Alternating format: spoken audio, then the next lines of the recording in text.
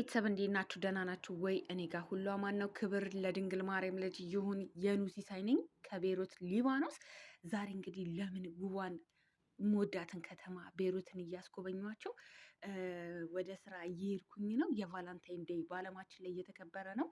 ይሄ ነገር እኔንና መሰሎቼን ዜጎቼን ኢትዮጵያኖችን አይወክልም የሚሉ አይምሮች ጢን ስሊብኝ ካሜራዬን ብድግ አድርጌ ይህቺ ነገር ማስተላለፍ አለብኝ ብዬ ገባው ማለት ነው።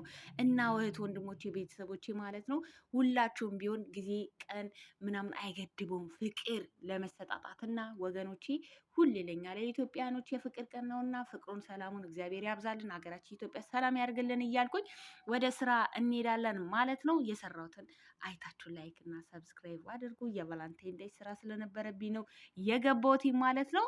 አሁን ወደ ስራ እንገባና አይታችሁ አበረታቱ።